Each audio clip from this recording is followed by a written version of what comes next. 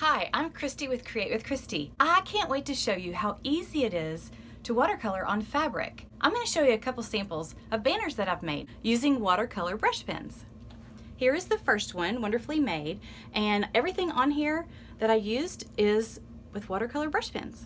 They're great for blending, they're very bold and they stand out. Okay, now I'm going to show you the one we're going to make. I'm going to demonstrate in class. So this one is called Shine Bright, and if you see, there's some different techniques I used on here with blending. These are so fun for all occasions. I was thinking, okay, what about a baby gift? Wouldn't that be cool to do a baby themed one and hang it on a hospital door?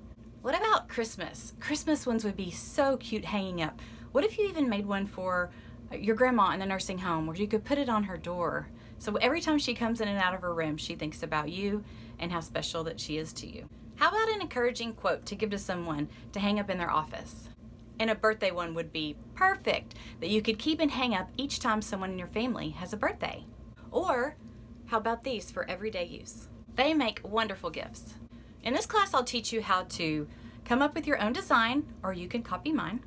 I teach you how to choose colors. I teach you how to add trim.